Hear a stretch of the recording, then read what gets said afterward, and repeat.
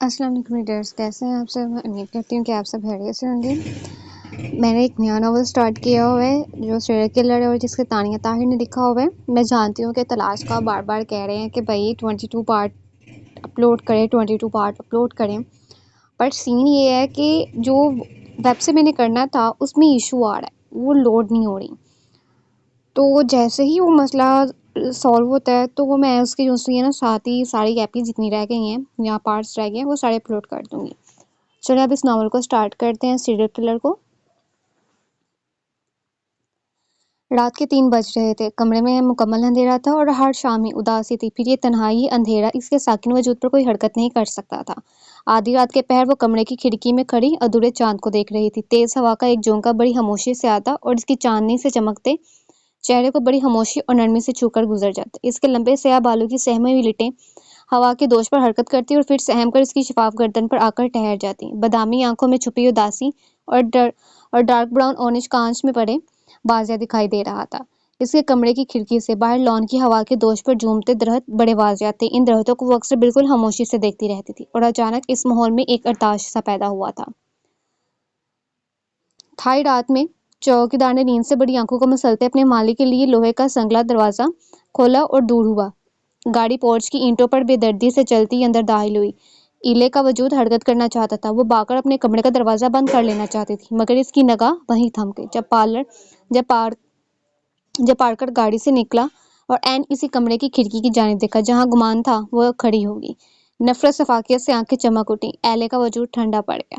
وہ پلٹ کر دروازہ بند کرنے کا سوچ رہی تھی، پارکر ابھی اس کے سامنے نہیں تھا، وہ دروازہ بند کرنا چاہتی تھی۔ اس کا دماغ کہہ رہا تھا، ایلے دروازہ بند کر لو، ایلے دروازہ بند کر دو، اور بہت دیر ہو گئی جب تک اس نے اپنے دماغ کی بات پر عمل کرنا چاہا۔ پارکر پیچھے کھڑا اسے ہی دیکھ رہا تھا، یہ نظریں بچپن سے وہ دیکھتی آ رہی تھی۔ ایلے کا سر نفے میں ہلا اور پارکر کے ہاتھ کی چھڑی اس کے وجود میں حرکت پیدا کر گئی۔ وہ یقیناً شراب پی کر آیا تھا، شراب کے نشے میں وہ اپنے اندر کی ساری جنونیت، ساری شفقت ایلے پر اتار دیتا تھا۔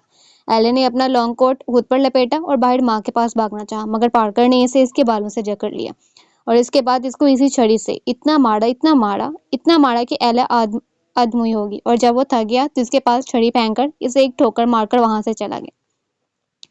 یہ اذیت امیز عمل وہ اپنے بچپن سے سہتی آ رہی تھی، لیکن لبوں سے آواز تو تب نکلتی جب آواز نکلنے کی اجازت ہوتی۔ براؤن کانچ سی آنکھوں سے آنسو بہنے لگے، سسکی کی آواز کمرے میں گونج گئی۔ پارکر کے نفسیاتی عوامل کے نشانات اس کے وجود پر موجود تھے، لیکن وہ کبھی کسی کو کہہ نہیں سکتی تھی۔ وہ ڈر اور خوف میں دبکی لڑکی نیو یارک میں جی تو رہی تھی، لیکن ایک قید میں جہاں کتنی سانسیں لینی تھی وہ بھی اسے بتایا جاتا تھا۔ اس میں ایک ہی نقص تھا، وہ کبھی بول نہیں سکتی تھی۔ اس کی آواز پارکر کے ظلم سے چلی گئی تھی۔ 10 سال پہلے ہوئے کار ایکسیڈنٹ کے بعد سے لے کر آج تک اس کے لبوں سے ایک لفظ آزاد نہیں ہوا تھا۔ وہ اپنی ماں سے نہیں بولی تھی، جسے بالکل فرق نہیں پڑا تھا کہ اس کی بیٹی کی آواز 10 سال سے اس کے کانوں سے نہیں ٹکرائی۔ وہ اپنے بھائی سے نہیں بولی تھی، جو اپنی زندگی میں اتنا مگن تھا کہ اسے غرض نہیں تھی کہ کوئی ایلے بھی اس گھر میں رہتی ہے اور وہ بول نہیں سکتی۔ 10 سال سے ایک حرف لبوں سے آزاد نہیں کیا تھا، جبکہ 10 سال سے پارکر کے جنون کو وہ سہ رہی تھی۔ وہ وحشی نہیں تھا، لیکن جب اس نے نیو یارک کو روبو فیملی سے چھینا، اس کے بعد اس کے وحشی پن کا کوئی شمار نہیں رہا۔ پارکر اس کی ماں کا دوسرا شوہر تھا، جسے بیٹیوں سے سخت نفرت تھی۔ اس کا ایک بیٹا تھا اور اس کی ماں سے تھا، یعنی ماں کی طرف سے اس کا بھائی تھے اس کے اپنے باپ۔ گریسن نے اسے اور اس کی ماں کو اسی وجہ سے چھوڑا تھا کہ ایلے ہوئی تھی، یعنی ایک بیٹی جس کو گریسن قبول نہیں کر سکا، اس کا اپنا حقیقی باپ۔ تو پارکر کیسے کرتا؟ اتنی نفرت تھی اسے ایلے سے، اتنی نفرت تھی جس کا شمار کیا نہیں جا سکتا تھا، اور اس نفرت کا احساس ایلے کو روز کروانا وہ اپنا فرض سمجھتا تھا۔ وہ اسے مارتا، پیٹتا، نشہ کر کے اس پر عجیب انداز سے جنون نکالتا، اور ایلے کی آواز 10 سال سے یوں ہی بند تھی۔ پارکر اس کی کراہنے کی بھی آواز کا گلا گھونٹتا، جب تک وہ نشے میں اس پر تشدد کرنا چاہتا وہ کرتا، اور اس کے بعد وہ وہاں سے چلا جاتا۔ اس کی ماں نے کبھی نہیں پوچھا تھا کہ اس کو کیا مسئلہ ہے، وہ سارا دن اپنے کمرے میں بند کیوں رہتی ہے، بس یونیورسٹی جاتی ہے اور یونیورسٹی سے واپس آ کر وہی کمرے میں بند ہو جاتی ہے۔ وہ کھاتی پیتی نہیں، آخر کیوں ہے وہ ایسے؟ لیکن اس کی ماں نے کبھی ماں ہونے کا حق ادا نہیں کیا۔ وہ اپنی زندگی میں اپنی مصروفیت میں اتنی مگن تھی کہ ایلے پر کبھی دھیان نہیں دیا، اور ایلے اپنے سینے میں یہ سب قید کیے چپ ساتھ گئی۔ وہ ٹھنڈے فرش پر پڑی بلکہ چپکاتی بنا آواز کیے کھلے دروازے کو دیکھ رہی تھی، جہاں سے پارکر ابھی گزر کر چلا گیا تھا۔ جس سمے ہمت جمع کرتے کچھ دیر کے توقف سے اٹھی، اپنے گرد کوٹ کو لپیٹ کر اس نے کانپتے ہاتھوں سے کمرے کو لاک کر دیا اور بستر پر آ کر لیٹ گئی۔ سکڑ سمٹ کر اس نے جیسے خود کو چھپا لیا اور اپنے جسم سے اٹھتی ٹھیسوں کو بے رحمی سے نظر انداز کرتی وہ لیمپ کو بجھا گئی۔ اتنا ہی گہرا اندھیرا چاہتی تھی وہ خود میں۔ نینی کمرے میں آئی تو ایلے کو بستر میں ہی سمٹا ہوا پایا۔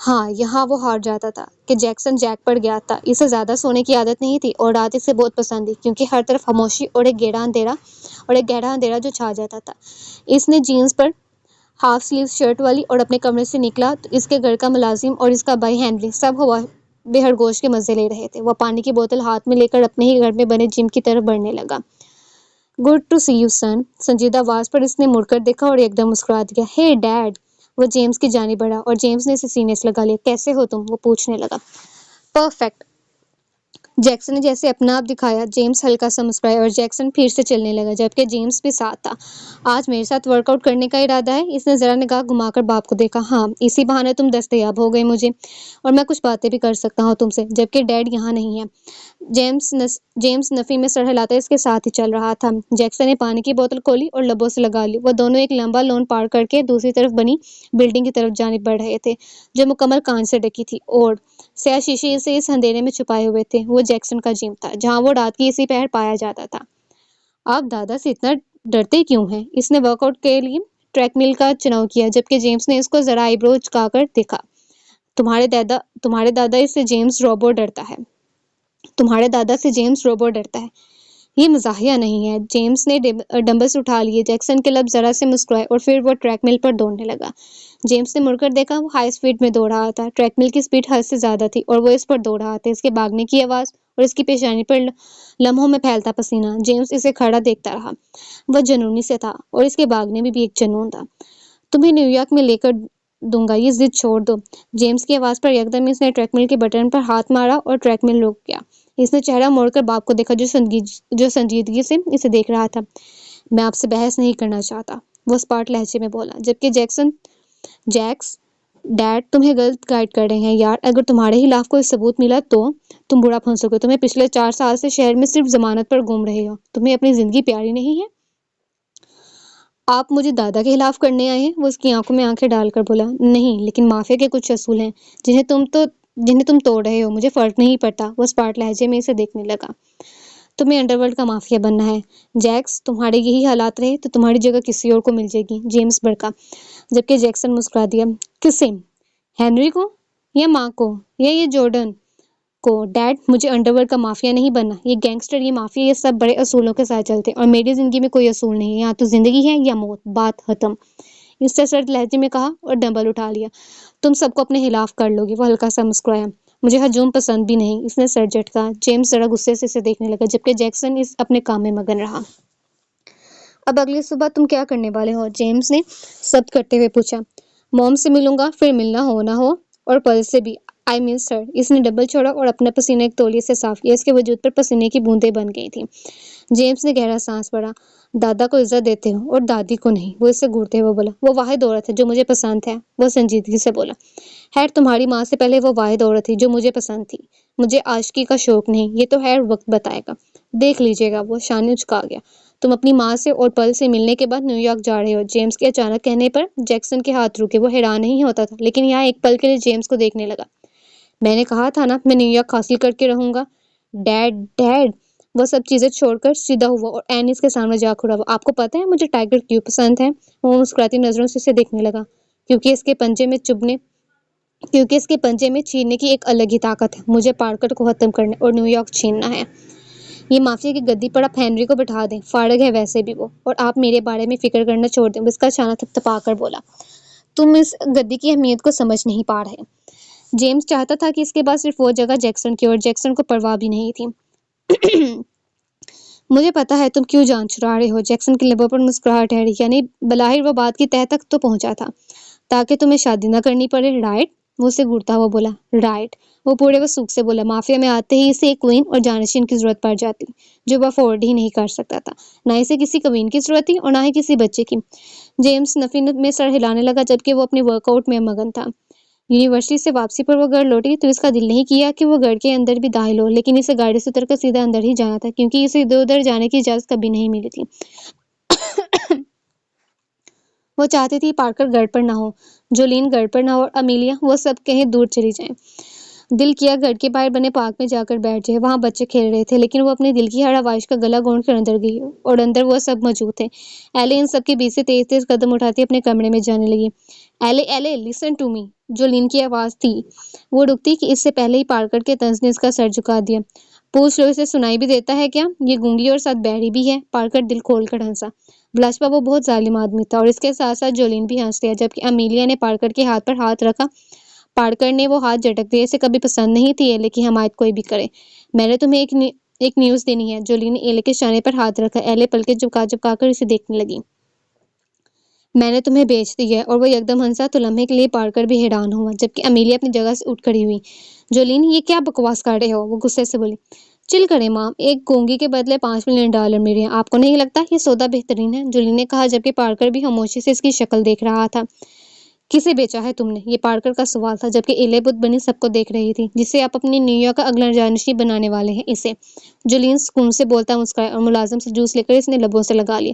واٹ؟ پارکر دنگ رہ گیا. آرتھر؟ وہ بڑبڑایا. جبکہ ایلے نے ماں کو دیکھا جو خود پریشان تھی. یس آرتھر. بس یہ سمجھے کہ جوئے میں ایلے کو ہار گیا تھا. اب کسی گہرے گہرے کے پاس جاتی تو آرتھر نے میری ہیلپ کی اور اس نے میرے حصے کی $5 ملین دے دیے ایلے کے بدلے اور ایلے کو مجھ سے خرید لیا. سمپل. آج سمجھ یہ مہنگا سودا نہیں ہے. آپ دونوں اتنا اوور ری ایکشن کیوں دے رہے ہیں؟ جولین بہن ہے تمہاری ایلے. امیلیا غصے سے چیخی. جبکہ جولین نے شانے جھکا دی. یہ ہمارے گھر میں ویسٹ ہے. سوائے ویسٹ کے اور کچھ نہیں. تو اب میرا سر کھانا بند کر دے. اور ویسے بھی آرتھر تو ڈیڈ کا اچھا بیٹا ہے. پھر آپ کو کیا تکلیف ہے؟ جولین بڑکا. جبکہ امیلیا نے پارکر کی طرف دیکھا. اگر وہ اسے میری اتنی محنت اور پانی پھیرنے کے لیے خرید چکا ہے تو میں اس کو جان سے مار دوں گا. پارکر نے مٹھیاں بھیج لی. جبکہ امیلیا سر تھام دی. اور جس کا سودا ہو چکا تھا وہ کھڑی ان سب کو دیکھ رہی تھی کہ کہیں امیتی کرن کسی کے منہ سے سن لے. لیکن زندگی ہمیشہ اتنی تلا رہے گی. اس کے لیے وہ کیسے یہ بھول گئی. اور جب کسی نے اس کے حق میں کوئی بات نہیں کی اور کرنی بھی نہیں تھی تو وہ کمرے میں آ گئی. جبکہ پیچھے پارکر آگ بگولا ہو رہا تھا. نیو یارک کی اگلی گدی آرتھر کو ملنی تھی. وہ پارکر کی پہلی وائف سے تھا اور ہمیشہ ہی پارکر سے الگ رہا تھا. لیکن پارکر جولین کی صلاحیتوں سے واقف تھا. تبھی آرتھر کو یہ سب دینے کا سوچ لیا تھا کیونکہ اس کی عمر ہو چکی تھی. اور اگر وہ کسی کو نہ دیتا تو ربو فیملی یقیناً اس کی گردن پر چڑھ کر اس سے یہ صدارت لے لیتی جو وہ ہرگز بھی نہیں دینا چاہتا تھا. اگر ہیزل کو قید کر کے وہ جیمز سے نیو یارک اپنے نام نہ کراتا تو آج اسے یہ جگہ کبھی نہ ملتی. آج جیک تلملا نہ رہا ہوتا اور نہ جیمز قصوروار بنتا اب آرتھر کوئن کے نام پر. اگر اس گونگی کو دنیا کے سامنے لانے والا تھا تو وہ پاگل تھا. پارکر نے فون اٹھایا اور آرتھر کو کال ملائی. جبکہ امیلیا ایلے کے کمرے میں آئی تو نینی کی گود میں سڑک کے سامنے شیشے میں بنے اپنے عکس کو گھور رہی تھی. نینی اسے کیا سمجھا رہی تھی وہ نہیں جانتی تھی. لیکن اس کے آتے ہی وہ یکدم کھڑی ہو گئی. امیلیا نے اسے باہر جانے کا کہا اور ایلے سنبھل کر سر جھکا کر بیٹھ گئی. ایک طرف سے دیکھا جائے تو اچھا ہی تھا. تمہاری زندگی میں کچھ تبدیلی آ جائے گی. ہاں یہ سچ ہے کہ یہ سب اچانک ہوا لیکن تمہارے بھائی نے اچھا ہی سوچا ہے تمہارے لیے. آرتھر نیو یارک کا مالک بننے والا ہے اور کیا چاہیے تمہیں؟ اب جو وہ کہیں ویسا کرتے رہے مجھے شکایت نہ ملے. اس نے کہا. ایلے ویسے ہی سر جھکا کے بیٹھی تو وہ کہہ کر چلی گئی. نینی رونے لگی. وہ ماں اتنی ظالم کیوں تھی؟ کیا وہ نہیں جانتی تھی آرتھر کیا ہے؟ یہ اسے اپنی بچی کی کسی بھی فیلنگ سے فرق نہیں پڑتا تھا. ایلے آپ کچھ کہیں آپ منع کریں. نینی نے اسے جھنجھوڑ دیا مگر کوئی فرق نہیں پڑا. اس کی ماں اس کے بک جانے پر ایسے بات کر رہی تھی جیسے اس کا رشتہ ہوا ہو. جیسے اب اس کی شادی ہونے والی ہو. $1 ملین لے کر اپنی جان چھڑا کر اس کے بھائی نے بہن کو بیچ دیا تھا اور یہ عزت 5 کی تھی. اب ان $5 ملین کے لیے آرتھر اسے جو کہتا وہ کرتی کیونکہ وہ بک چکی تھی. اب اس کی اوقات شاید بس ایک کارگل جتنی رہ جاتی جسے جو چاہتا استعمال کر سکتا تھا. ہاں آرتھر ایسا ہی تھا جو لڑکیوں کو بیچتا اور خریدتا تھا. یہ اس کا شوق تھا کہ اس کے بستر پر ہر رات ایک نظر لڑکی ہو اور اس نے اپنا کاروبار بنا لیا. وہ اسی لین دین سے بہت آگے پہنچ گیا. ان سب کی کمر توڑنے والا تو کوئی دنیا میں آیا ہی نہیں تھا. ایلے کی آنکھوں سے ٹپ ٹپ آنسو گرنے لگے تو نینی کو لگا ان کا دل پھٹ جائے گا. وہ اس کو خود میں بھیج گئی. کیا چاہتے ہو تم؟ پارکر نے غصے سے سوال کیا. ڈیڈ ابھی بیزی ہوں بعد میں بات کروں گا. آرتھر نے جواب دیا اور کال کاٹ دی. وہ جانتا تھا آرتھر کہاں مصروف ہے. پارکر نے غصے سے موبائل پھینک کر مارا. اتنا غصہ کرنے کی بات نہیں ہے. تم جانتے ہو تمہارا بیٹا کسی ایک لڑکی پر راضی نہیں ہوتا. امیلیا نے اسے سمجھایا. وہ اس کو کوئین بنائے گا تو میں اسے جان سے مار دوں گا. اس نے اس کو خریدا ہی اسی لیے ہے. پارکر ایک ایک لفظ پر زور دیتا بولا. امیلیا کے لبوں پر معلوم نہیں کیوں مسکان آ گئی اور پارکر کا دل کیا اس کا منہ توڑ دے. وہ اسے دور دھکیل کر وہاں سے نکل گیا اور سیدھا ایلے کے کمرے میں گھس گیا. نینی جلدی سے دور ہو گئی اور پارکر نے نینی کو کمرے سے نکال کر آج ایلے کو دن دہاڑے بنا کسی سے ڈرے اور خوف کھائے ایلے کو مارا پیٹا تھا.